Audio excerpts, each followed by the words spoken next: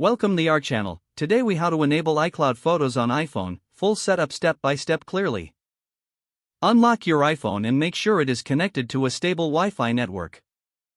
Open the Settings app from your home screen. Tap your Apple ID name at the very top of Settings. Select iCloud from the list of options. Tap Photos to open the iCloud Photos settings page. Turn on the switch for Sync this iPhone. If you see a prompt, tap Merge to combine existing photos with iCloud Photos. Wait a moment while your iPhone checks your iCloud storage status. Go back one screen and tap iCloud Storage or Manage Storage to review available space.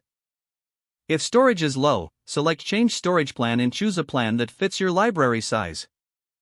Return to iCloud, then open Photos again to confirm Sync this iPhone is still enabled.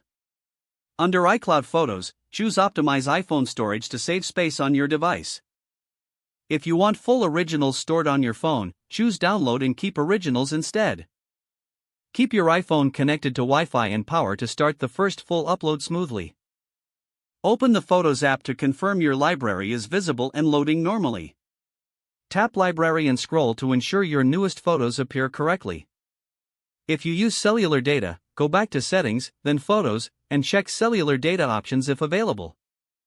Enable cellular data only if you have a large data plan, because uploads can be heavy. To confirm the same library appears on other devices, sign in with the same Apple ID on your iPad or Mac. On iPad, go to Settings, tap your name, then iCloud, then Photos, and enable Sync this iPad. On Mac, open Photos, go to Settings, choose iCloud, and enable iCloud Photos.